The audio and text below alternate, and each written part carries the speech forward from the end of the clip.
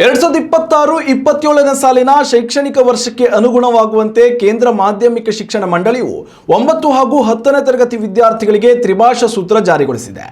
ಈ ನಿಯಮದ ಪ್ರಕಾರ ಜುಲೈ 1ರಿಂದ ಅನ್ವಯವಾಗುವಂತೆ ಸಿಬಿಎಸ್ಇ ವಿದ್ಯಾರ್ಥಿಗಳು 9 ಹಾಗೂ 10ನೇ ತರಗತಿಯಲ್ಲಿ 3 ಭಾಷೆಗಳನ್ನು ಅಧ್ಯಯನ ಮಾಡಬೇಕಿದೆ.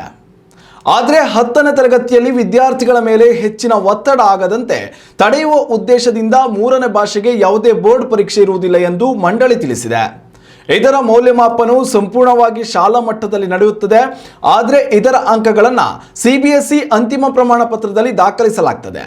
ಇನ್ನು 2026-27ರ ಶೈಕ್ಷಣಿಕ ಸಾಲಿಗೆ ಹೊಸ ಪಠ್ಯ ಪುಸ್ತಕಗಳು ಬರುವವರೆಗೆ ತಾತ್ಕಾಲಿಕವಾಗಿ 6ನೇ ತರಗತಿಯ R3 ಪಠ್ಯ ಪುಸ್ತಕಗಳನ್ನು ಬಳಸಲು ಸೂಚಿಸಲಾಗಿದೆ.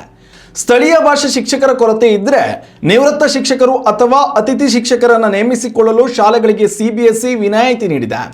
ವಿದ್ಯಾರ್ಥಿಗಳು ವಿದೇಶಿ ಭಾಷೆಯನ್ನು ಆಯ್ಕೆ ಮಾಡಬಹುದು. ಆದರೆ ಇತರ 2 ಆಯ್ಕೆಗಳು ಭಾರತೀಯ ಭಾಷೆಗಳಾಗಿದ್ದರೆ ಮಾತ್ರ ವಿದೇಶಿ ಭಾಷೆಯ ಆಯ್ಕೆಗೆ ಅವಕಾಶ ಇರಲಿದೆ. ವಿದೇಶಿ ಭಾಷೆಗಳನ್ನು 4ನೇ ಹೆಚ್ಚುವರಿ ವಿಷಯವಾಗಿ ತೆಗೆದುಕೊಳ್ಳಬಹುದು ಎಂದು ಬೋರ್ಡ್ ತಿಳಿಸಿದೆ.